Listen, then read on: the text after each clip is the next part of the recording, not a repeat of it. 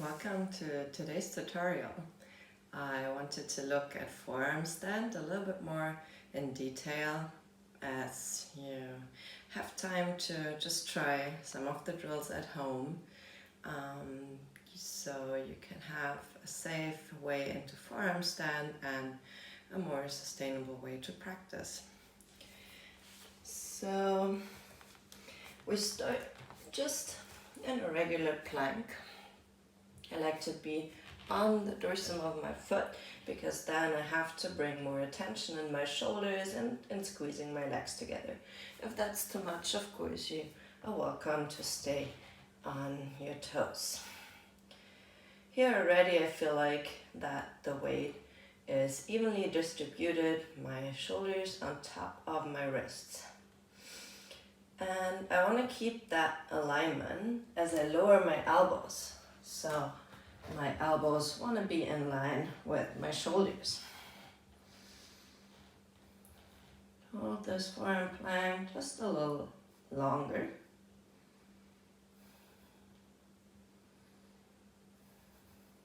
And then feel the hips dropping down. What happens in your shoulders? That's why we do it really slow. Pull the shoulder blades back and feel what your shoulders do when you go from forearm plank, really pushing out of the elbows into an arched position that feels more relaxing. One more time, find the forearm plank. Find the stabilization in your shoulders. And then lower.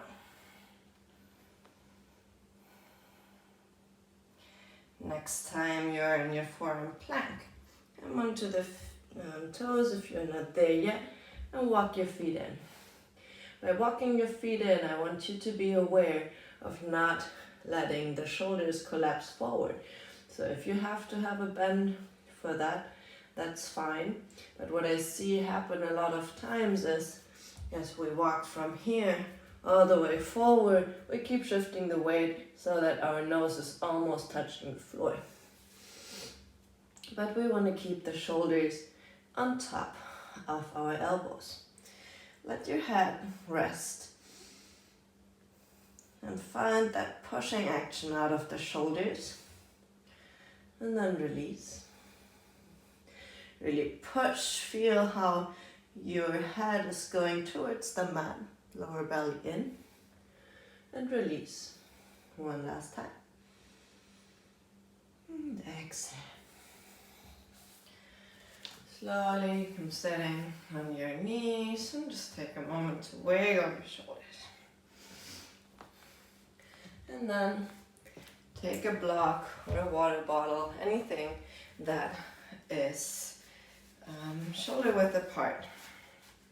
I like to have the block parallel in between my forearms. Palms facing out, so thumbs out. Really look if your belly is sticking out or you're rounded, so you want to have an upright sitting position. And find the elbows in one line with your shoulders.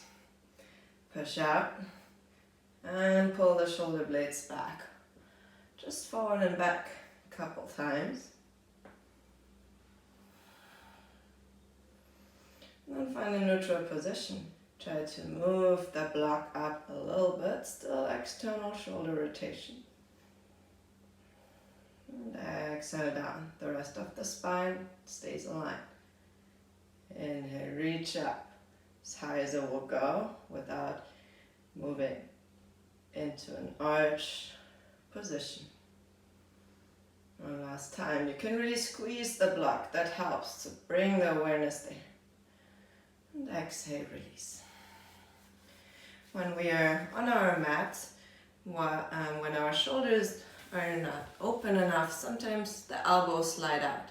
This exercise is really nice to prevent you from doing that.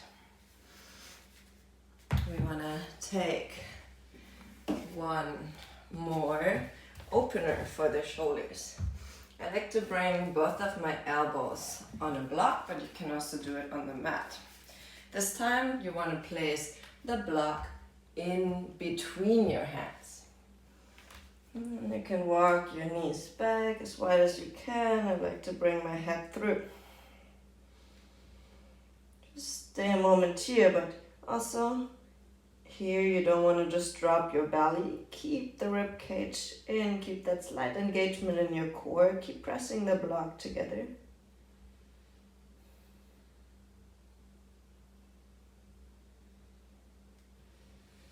And exhale, release. Move the block aside if you had one. And come back on into your downward facing dog first. From your downward facing dog, move both elbows down.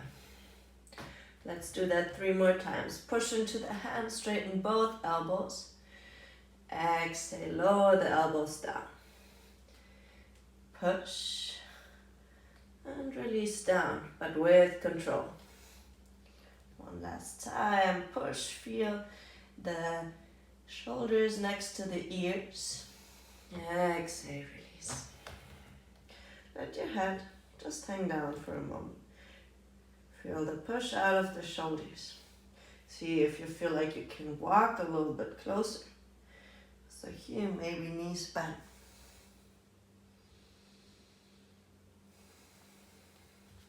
Exhale, release. Come into your hands and knees. For feeling what is happening before we go upside down, I want you to bring the right leg up. See how high you can lift the right leg without opening the hip and without arching. So really pull the belly in and push the leg up. In the straight position. Lower it down all the way to the mat. Pull the lower belly in. Inhale, lift the right leg up as high as it will go. Exhale. One last time. Inhale, lift it up. And exhale, release. Other side. Find a good position. Every time before you go into a pose. Pull the lower belly in. And lift the left leg up. This should be really exhausting because usually we want to avoid the work and just find a comfort like opening the hip or having our shoulders sink in. So be the best coach for yourself. Release for a moment here as you watch the next exercise. We take a block again and want to work a little bit on active compression before we go. So you place the forearm down and the block is just behind the elbow and the knee is pushing in. Both forearms down this time. Really push into this right side. Same idea here. Lift the left leg up without opening the hip. Without bending the knee. Pull the lower belly in. Feel the leg actively lifting. Just for 2 more. And then keep the lift. Push out of your shoulders. Pull up the leg. Exhale, release. Drop the block on this side. Let's move to the other side. Block squeezes. Left elbow to left knee. Reach the right leg back first. Check in with your belly and then start lifting.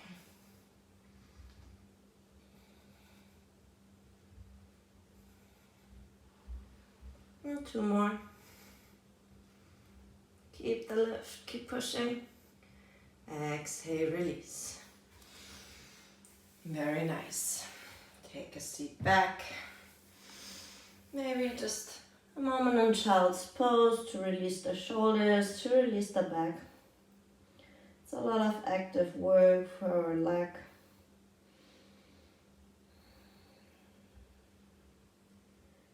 We want to make sure in our forearm stand that our shoulders stay happy.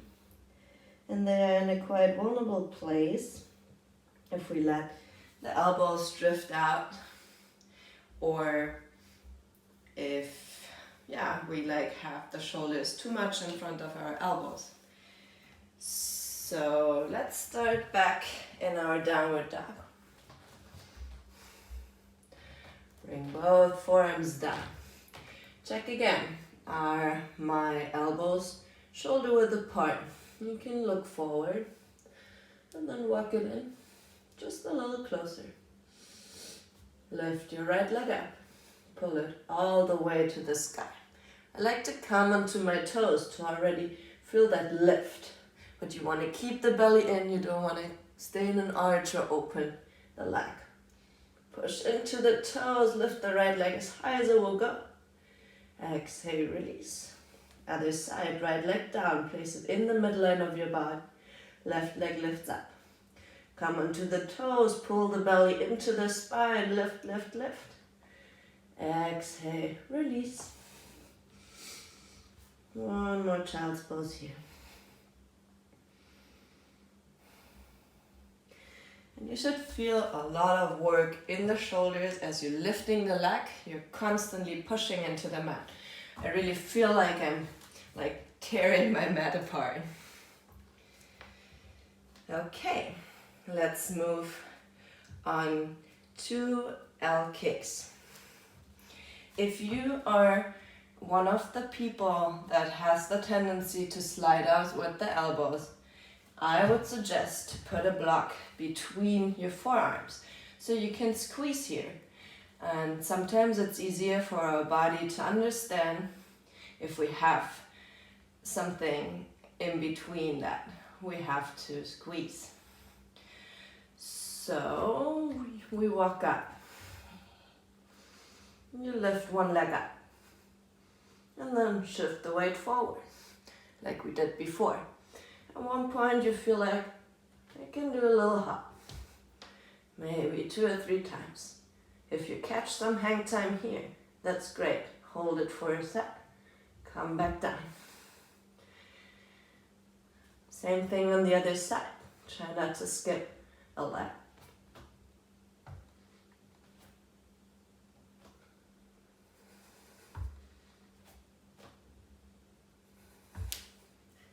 And then come back down. Take a moment to feel what happened in your body. What parts did you feel engaged? What I see a lot in my classes, just going to show it without the block, is that my students usually walk in here, then they stay already back with the shoulders. They lift the leg and try to swing into it. And then they have to come in this really back-bendy shape to catch the balance. And that is okay if you already want to work on jumping into backbend variation, but it's really hard to stabilize for our body as we are not aligned on top of our bones. So what I want to focus on today is on a more straight version of a forearm stand. Just be aware of that if you practice something else. Let's try it one more time, and I'm really encouraging you to feel that straight line. Walk closer, lift one leg up, do a hop.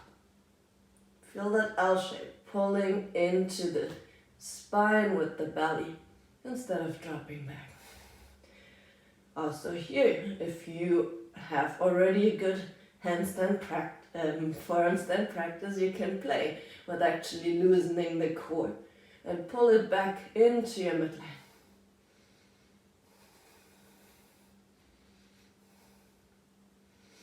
And same way we came in, we come down. Try to make it slow and not just land hardly on the floor. Take a moment of rest here, maybe interlace the hands behind the back. Feels really nice to open the chest, maybe wiggle the head back. And release. We're gonna try the same thing one more time. And if you already felt comfortable in that L-shaped position, you're welcome to join the legs.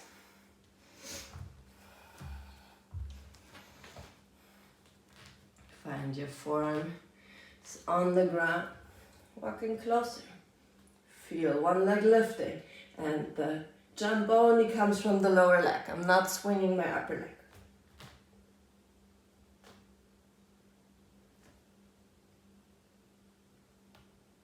Keep pushing out of your shoulders. If you feel your nose coming closer to the mat, really push into your elbows.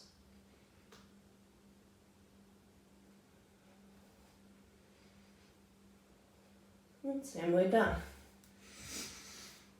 Exhale, release back into child's pose.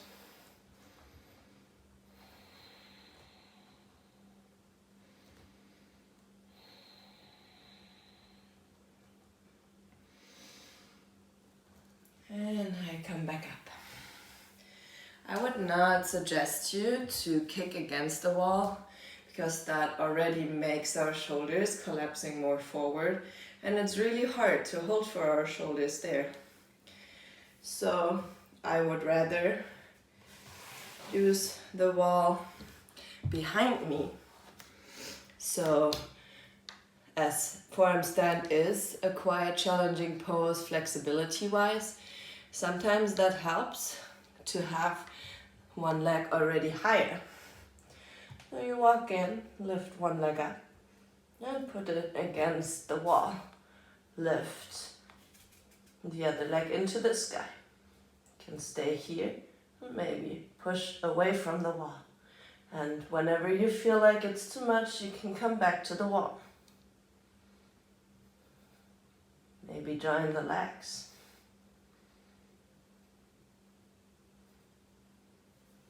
Maybe switch the legs. And slowly walk the wall back down.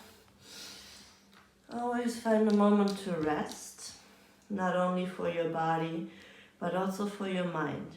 When we learn new and challenging poses, sometimes we are not able to breathe yet. And I want you to take this break consciously to really feel what happened, what did I learn new, how could I make myself more comfortable in this pose? What am I working on right now?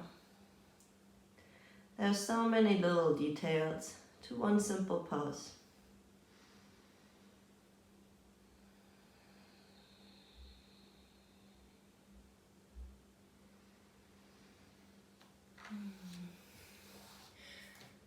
Wherever you are, really take the time you need to go through the progressions again.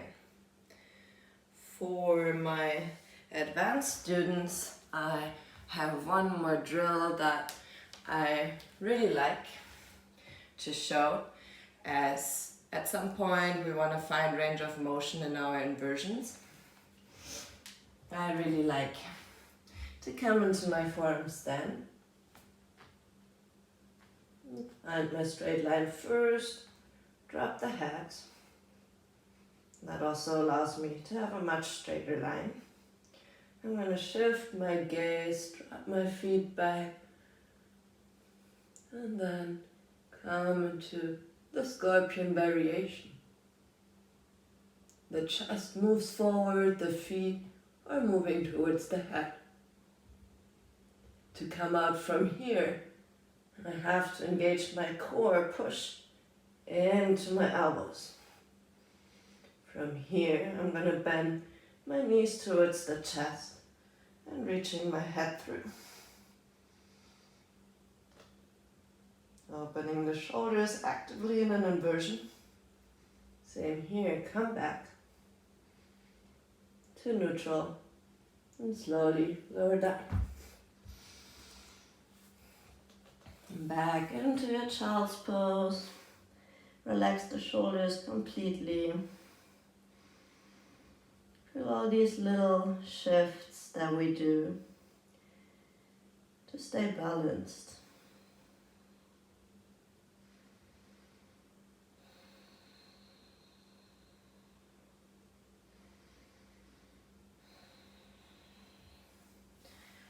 to decompress, I like to go in Anahata pose. I really like to do it on the blocks because it gives me a little bit more range of motion. You're welcome to just do it on the floor. Reach forward with your chest. Keep the arms engaged, pulling the lower belly in instead of just hanging. The more we pull the belly to the spine and have a flat spine, the easier it is to bring the stretch in the shoulders. If I just sink down here, it doesn't go where I want it right now. You can release the head so the neck doesn't have to do any work.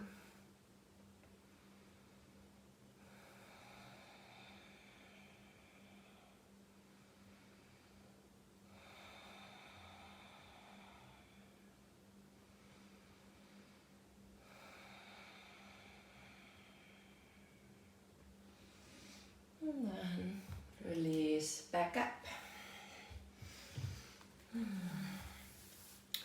There's one more thing I would like to share, but it's more like a technical thing.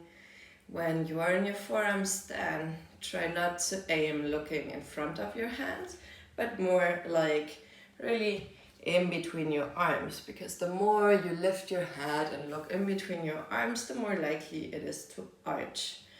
You can always try that just in dolphin pose with like lifting one leg and see how like exhausting it is for you to actually like lift your head up a lot. And yeah, play with it. As our practice is more experienced and we trust our body more in an inversion, I really like to just drop my head because it's much easier for me to align my spine on top of that, and also it's just nicer for the neck.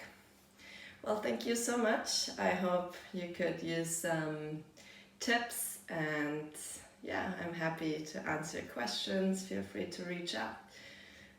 Namaste.